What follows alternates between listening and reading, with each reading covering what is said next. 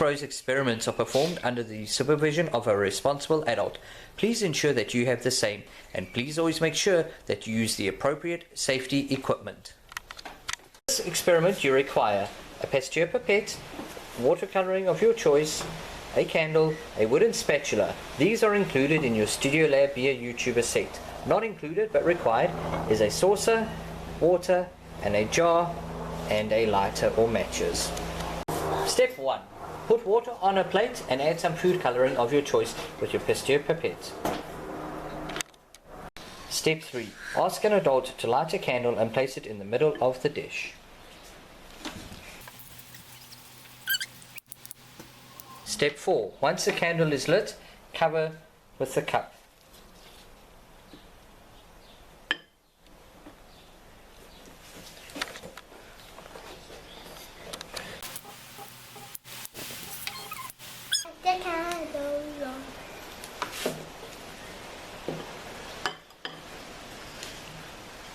And that makes the water rise up, but the candle gets dimmer because it's running out of air or oxygen.